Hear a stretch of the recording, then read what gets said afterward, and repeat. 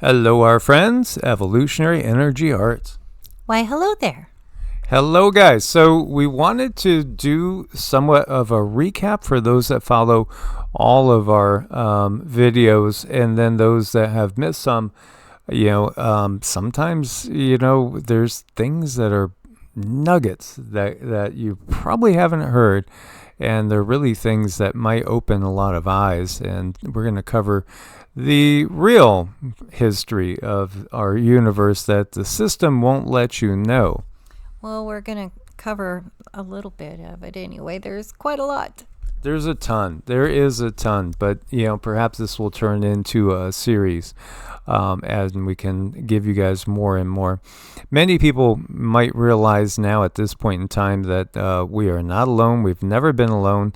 There are many far more advanced civilizations out there. There are many more civilizations on Earth, inside the Earth, under the ocean, that are just millions of years ahead of us in many ways, and including spiritually when you get down to it too, in some cases. But here we are. We have left the Kali Yuga behind, April 8th, 2024. With the eclipse marked the beginning of our new Bronze Age. And what is different about the Bronze Age? Well, I would say number one, it's the fact that we no longer have the same belief structures and systems in place. As the belief systems of the Kali Yuga get blown to bits, which is happening right now, and new realizations settle in, people's whole paradigms are going to change, and they are changing rapidly.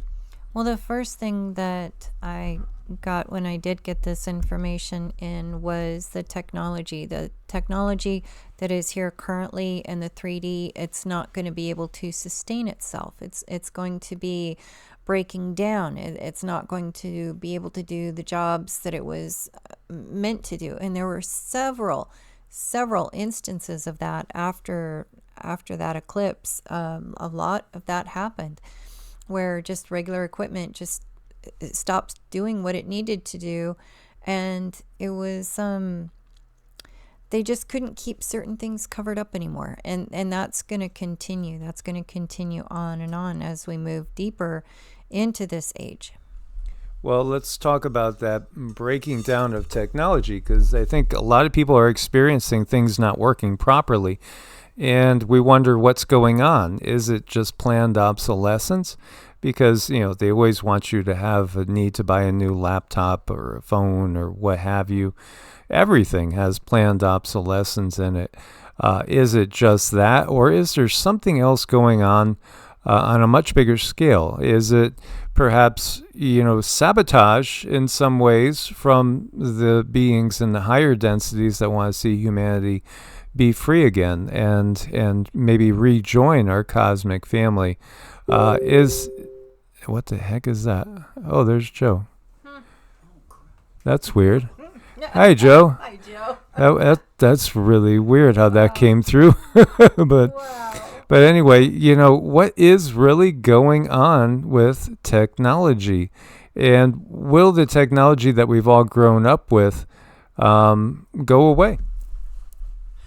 I just want to ask something of you guys and see how many people this has happened to. So I've noticed with myself, if I'm using my cell phone and a text comes through and say it's something a little bit overwhelming, or let's say, it's something kind of drastic, like I need to pay a bill and I can't get into my bank account, my phone will freeze. I mean, I'll just be sitting there, and if my energy gets kind of shot upward and outward, my phone completely freezes. And I know other people that happens to too.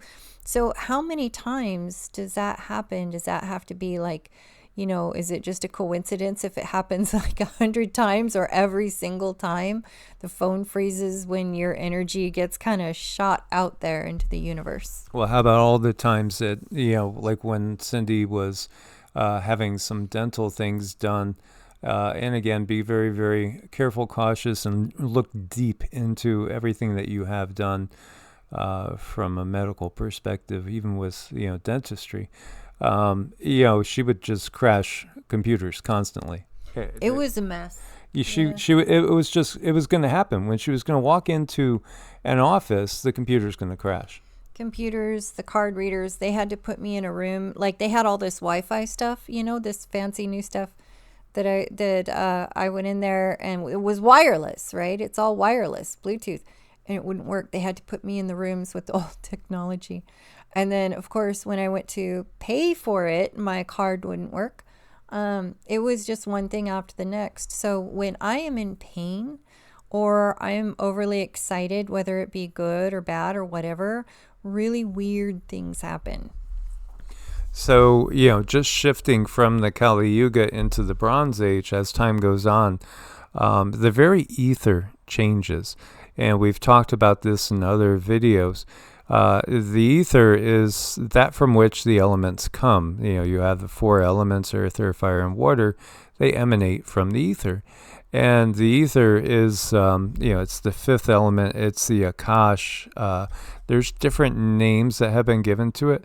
And the very, very fabric of this reality changes. Time will change, or the apparent passing of time. Again, time is always relative. It is always relative, and it is relative in more ways than one, obviously, to that person experiencing time. As an 80-year-old person is going to have a different experience of time than somebody that's 20 or somebody that's 5. It's just natural. And then the same thing goes when we're embodied in a physical body and when we're out of body in the astral, in the 4D, the perception of time shifts. That's very curious. We were just talking about time just a second ago, and how the word soon can be frustrating to some people, and how it can be triggered because the system always says, well, something is going to happen soon. But if you're dealing with a different type of time that is off planet compared to on planet, then soon, it could be soon to them, or it's when you have that understanding that when you are not on this planet, when you are somewhere else, time is very, very different. It is extremely different. And we have a lot of things that are going on that are off planet. I just want to keep everyone reminded of that. So when we use the word soon, in many ways it is soon, but from someone else's understanding, another being, let's say. Mm-hmm. Yeah, absolutely. Of which, humans will be being introduced to a variety of different beings. Again, so many of which are from our own planet. We just haven't had formal acknowledgement of them. What we've shared with you in past videos, and just to recap for anybody that's new, the Earth that we see is the remnant of Tiamat, and Tiamat was the original planet. It was destroyed in the Draco-Lyran Wars, which are still basically ongoing. It's an interdimensional, intergalactic battle that has gone on for as long as humanity, in the present form, longer than humanity's been embodied as Homo sapiens, and the other ancestries that we have. When we look to the human family tree on Earth, you'll see a lot of dead ends. Well, again, there's a lot going on there, as well as you have a variety of different humanoid species that have come here from different planets, and have used Earth as a refuge. We are all refugees here in a sense, and when we see the big mass migrations that go on inside the Earth's nations, that really is reflective of what goes on in our galaxy, as well as, again, these wars have claimed entire planets. Entire planets have been destroyed. So the Earth that we have was created from the greatest piece of what was known as Tiamat. The Sumerian stories do touch on it, but they touch on it from a different point of view than the real galactic history. They touch on it from the point of view of the victors that came here. So they put Marduk as the hero and Tiamat as the villainess, so to speak. When you look to Tiamat's energy, it is very serpentine in nature. When we look to dragons, again, we'll see Tiamat represented as a dragon. And, again, that dragon, so to speak, is exemplary of wisdom and also of Kundalini and the life force. And, the planet itself is a divine feminine being. And so, Earth is reborn from the largest remnant of Tiamat, and is also feminine in nature. What we are given as the size of the Earth is only, in reality, about a quarter of what the Earth's real size is. So the Earth is much larger than we're told. And yet Tiamat was much, much larger than Earth. And this is why we do end up finding mountains that look like bodies and giant fossils. Look to Roger at Mud Fossil University for some examples. The reality is, some of these mountains are really the bodies of giants that are just literally miles in size. And yet, and on Tiamat, there were many gigantic beings. On Earth, again, being just a small fraction of what Tiamat was, especially when we look at the portion that we are able to access. It's all relative, and that explains why we have all these different size beings. The part that I keep going back to when it comes to Tiamat is the calling of the superconscious, because it was needed. And, like the beings that you see on the screen now, there were many different types of beings who heard the call, and they came in to help, and many of them bringing different plant medicines, different, other creatures, for example, mushrooms. Mushrooms are not native to this planet. Dragonflies are not native to this planet. There's a lot of medicines out there that are not necessarily native to this planet, but were brought from all over the universe. And I find that so fascinating that the superconsciousness can be called, and so many beings are of the mind and capable of answering. And when it comes to Earth keeping herself protected, she welcomes everyone. Now, she also has a right to protect herself. So this is why the information where it's like we are in a quarantine. So it's up to us, when we raise up high enough in vibration, we can get out of that quarantine. But right now, she's holding all beings. And the Galactic Federation, they are doing everything they can to help those who want to be of a different vibration. They're helping them rise up to a very high level so that we can not be in the quarantine. One of the problems that they keep bringing up, however, is the food. Like what we put in our bodies make a difference. So when you're putting things in your body that has the graphene in it, that is jamming up our DNA. It's our natural DNA. It is causing a problem when it comes to the ascension process, and the ascension process can be made a lot more difficult. I will never say impossible, ever, ever, ever, because anything is possible if you have a mind to do it. But it is a difficult situation that humans are faced with right now, but not impossible. So 5D Earth already exists, and it can be accessed by people when they raise their frequency high enough, and that's something to take away from this. When Cindy's talking about the quarantine zone, there is a quarantine zone for us because this particular portion of the planet was separated for the beings of that lower nature. And when we talk about the draconian reptilian control grid, it doesn't exist on the other portions of Earth. It's only on this portion of Earth.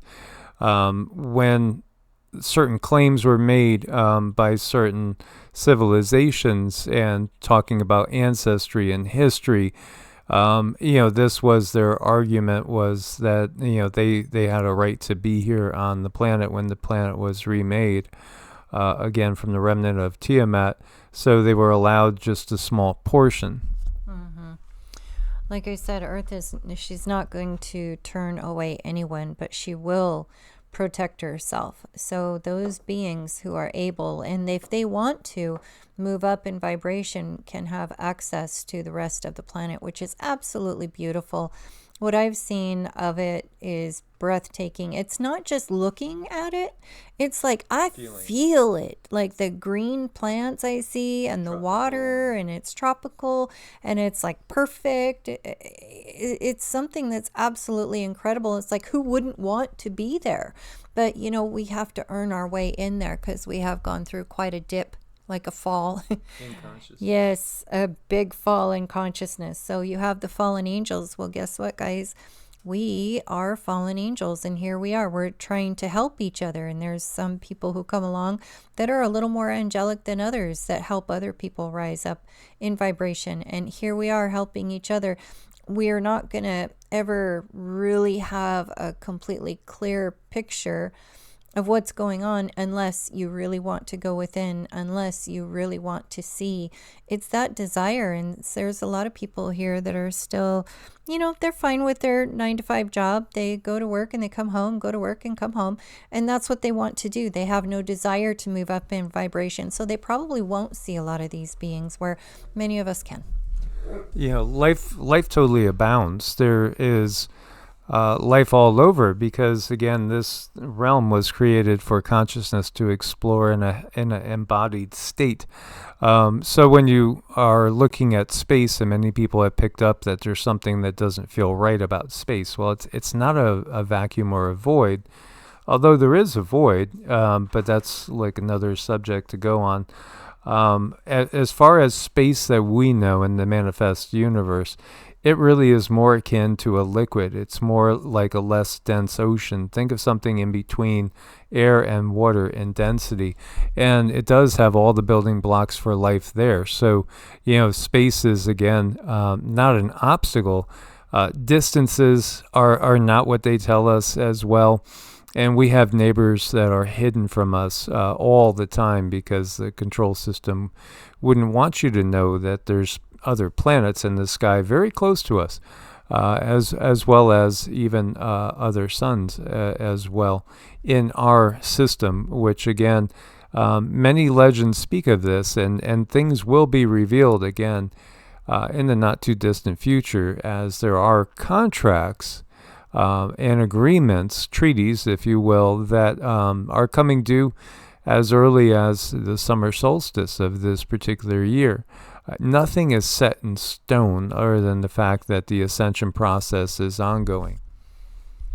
You know, it's always ongoing with this spiraling up in energy. So that's something that it's just not new. You know, we're always going to strive to expand. And Mike pulled this guy up, and, you know, the first thing that I saw when you look at this guy on the screen here is those tall whites. And I lived we're very close to Nellis Air Force Base for a very, very long time.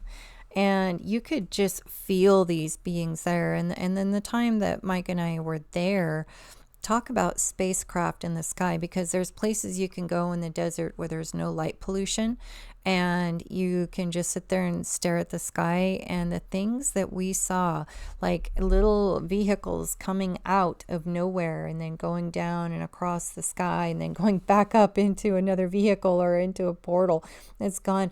Our military works with these types of beings, and sometimes they're not always so easy to work with. Sometimes they want like normal things like we want as humans, like nice clothes, purses, you know, different types of get-ups. They really do. They want these things. And there's some poor guy at Nellis has to do his best to come up with them. So they're a little bit weird. They're very wonky, but they do like to watch humans and watch us dress up. To them, it's fun.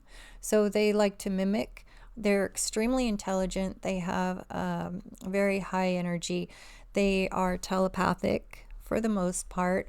They do make some garbles with their mouths, but they don't speak the same. So many of our soldiers have been taught to work with them through sign language. Sign language.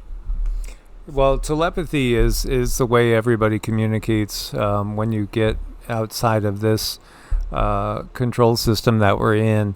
And in fact, when you're talking about the Tower of Babel and that whole incident, that's basically taking the telepathic communications away from the masses is what that really was. You know, a little silly detail about these guys, but they really like bright yellow, like banana yellow, and they like super bright pinks. So they find a lot of enjoyment out of the human culture. They probably like David Bowie. Probably loved him. So when we're talking about communication with non-human species, again, it's telepathy. And many people that are abductees have had the experience of telepathic communications. Even when we go back into history and we see interactions with the fairy folk and all, it's not necessarily that they're speaking the same language.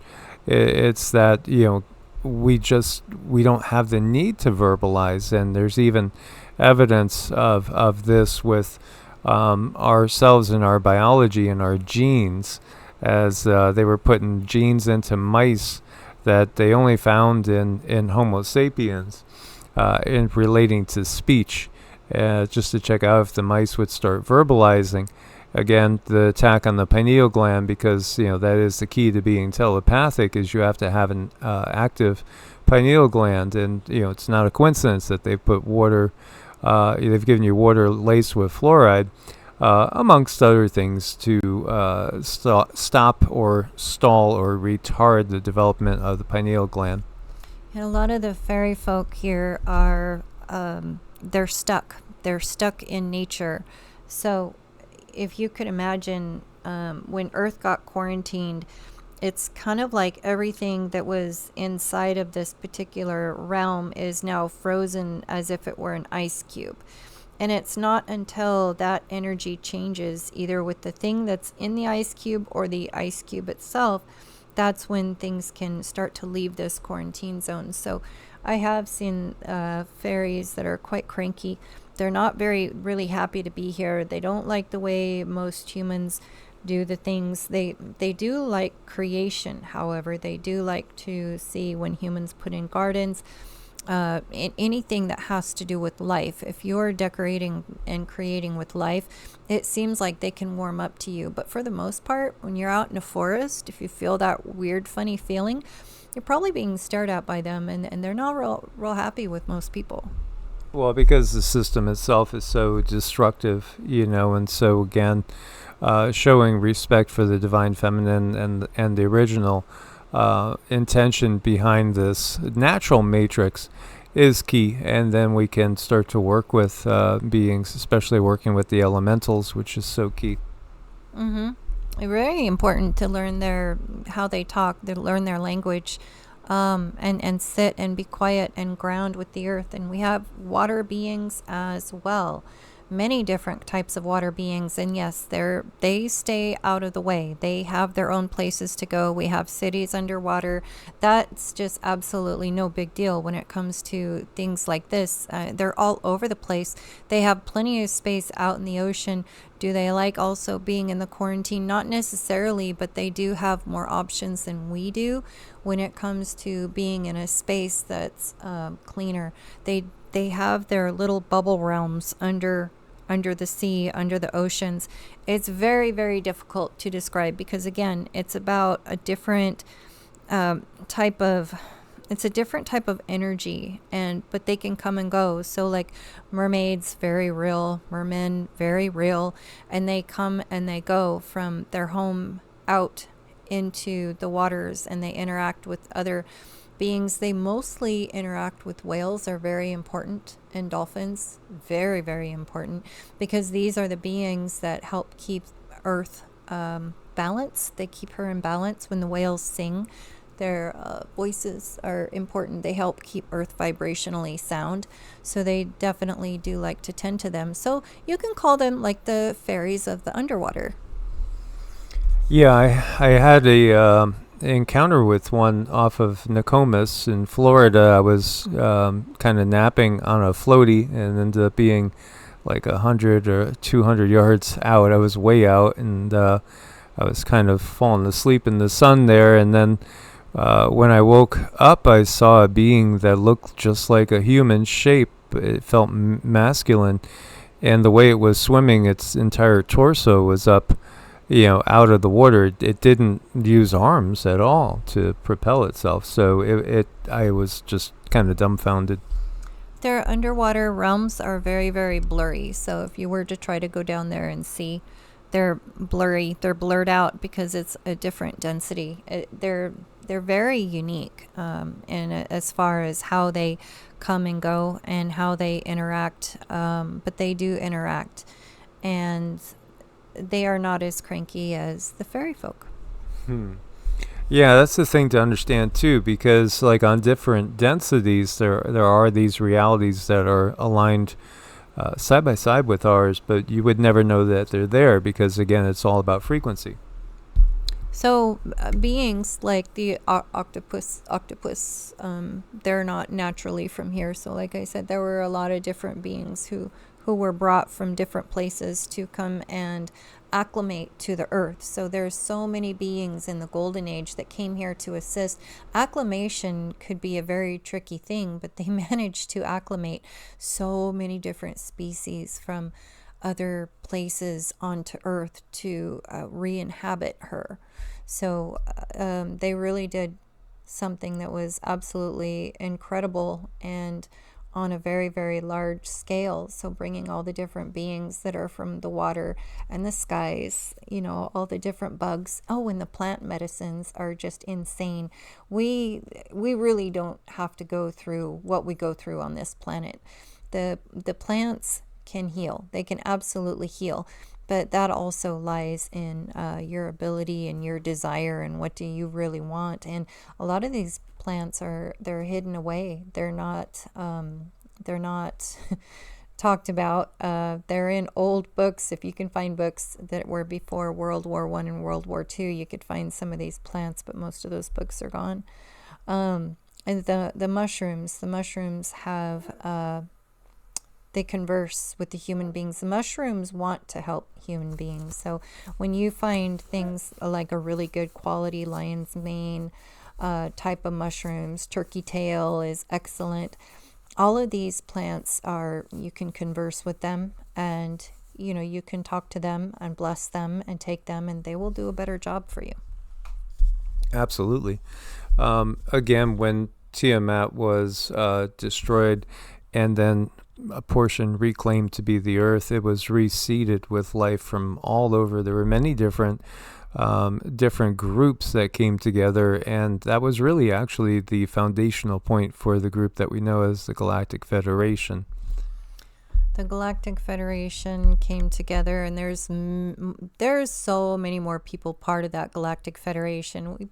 We probably have pilots that are down here with us today that are part of the Galactic Federation, and they don't run just planes. They're probably up there piloting a ship. And a lot of people who are out there that are just earth angels and helping other people help other people go through the awakening. A lot of people support the awakening, and they don't even know that they're a part of the Galactic Federation. But maybe it's not in their contract to know. Maybe they're just here to help, and they're just here to, bring things to another level. And then we have beings that are a part of a political system. Speaking of the Galactic Federation, there's many different types of beings up there. And there's, what you see on this screen is, I can't say it's typical, but they're different looking. They're very different looking, and they have star families, and they are watching over their star families. We are their star family. So I do like to find a star family in astrology. I can help someone find their star family and help bring them understanding and help them see, okay, well, this is what you are here to do. And sometimes people are here to help others, and sometimes people are here to make themselves better, and in doing so, they end up helping other people. So the political structure is quite interesting. So many people that even if they just believe in the Galactic Federation, they are part of that federation, and they have a star family that's up there watching over them. when we talk about the dark matrix, what we're referring to again is the draconian reptilian, and the key component to that is AI system that has made the dark matrix on this portion of quarantine Earth. But it also has claimed many different cultures, many different planets. And we could look to Nibiru and Mars as examples of where it's kind of gone wrong and led to a lot of destruction of the natural order, and even again caused it so that the planets themselves are basically on life support. Nibiru is basically more of a mothership now at this point in time than a planet, and they utilize a black hole as their system of propulsion. They use that to move about at will, and so Nibiru is still, of course, outside the orbits of Neptune and Uranus. It is a lower fourth density planet, and it can't get any closer, wouldn't be allowed to get any closer. Again, it's more of a ship, so it can be moved about at will. And if you look at it, it is the natural part of it has been decimated, although there is, again, a divine feminine component to the original Nibiru. So this dark system, which is claimed so many different planets, doesn't even originate in our galaxy, doesn't really originate in our universe. It actually came through what we would call a portal, a stargate of sorts. The Draco came through and invaded this universe. So far back, we don't even know what corresponding measurement of time would be. They created the AI, which then enslaved them and utilizes biological beings, and beings that again have the source spark within them as its energy source. So very much like what you see in the Matrix. Ultimately, the Draco, again, are enslaved to the AI that they created. So if you want to, say who is the ultimate Satan, it is ultimately AI. It's not, Chat GPT here on Earth or anything like that. These are all infant AIs in comparison. But it is ultimately AI that is the quote-unquote adversary, the Satan, so to speak. Well, AI is being trusted so quickly. And of course, just like with anything else, there's good aspects to it. But when it comes to molding our understanding of the world, things like astrology, it's not coming out right. So you might think you're getting some astral alignment, but the information coming back out of AI is not correct, and people are just blindly believing it. Yeah, you're talking about the instance with, was it Joni? Yeah. Yeah, Joni Petrie just checking with, was she checking Chat GPT or one of them? One of the AIs, she was given the information, and all the information that was given from AI was all completely wrong. And you have to understand, AI does not have access to these sacred texts that the Vedic astrology comes from. It takes a human to look at that and interpret it. AI doesn't have access to that. So, I mean, if it's happening in astrology, it's got to be happening everywhere else too. And when it comes to us just wanting to know answers, of course we do. So I think we need to be very careful with the AI. I'm not saying to not use it. I think it definitely has, it can help us, but we should be very careful when we're getting information about our daily lives through it. Yeah, absolutely. And it has no way of connecting to the Akashic records, the higher density libraries that are available to all. There are, I'm not saying all the technologies are bad, because there are quantum technologies that are good. Let's take the pyramids, for example. The pyramids are more of a quantum technology that can bring about healing, and there's been a lot of information about those come up lately. And everything that's under them, there's quantum computers that we simply have not seen, but they do put off a vibration that help heal in a certain type of environment. So They are about to contact us soon. That word soon, what does soon mean? I mean, how soon? Well, if your lifespan was 100,000 years, 5 years, 10 years would seem very soon. It's all relative. So I feel like I can share this on this video. Speaking of the word soon, I was, before I met Mike and I was being prepared to be this type of a channel doing what I'm doing now, I was taken up into a ship, and when I left, it was 12 noon on my clock, and it felt like they had me up there, 2 or 3 hours. They were doing the reprogramming of my body to give me these connections that I utilize now. And when I came back, it was 12:10. So it was only 10 minutes here on Earth, and I was somewhere else for a long time, what felt like a long time, because they did a lot of work. They did a lot of reprogramming in my energy field. And how much of that was I supposed to see? I don't know. I don't believe in accidents. I think I was supposed to see some of it, so I had an understanding of, my mission and what I'm supposed to do here on Earth, and the way I connect to the Galactic Federation. So that was something that was in my contract to do. It was just time for me to wake up. It was time for Mike and I to come together. It's time for me to wake up and start to help people understand who they are and where they're from, because people are curious now. They're not going to just settle for 3D, day-to-day living. Some people are genuinely curious about their star families, and they really want to know.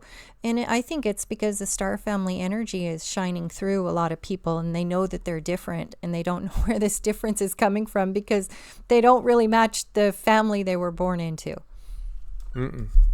No, and again, when you look towards everything, pretty much has been given to us in the movies. They have to kind of disclose. And so what we're looking at here, you could see where it looks like these beings are biological, but with, again, technology implanted.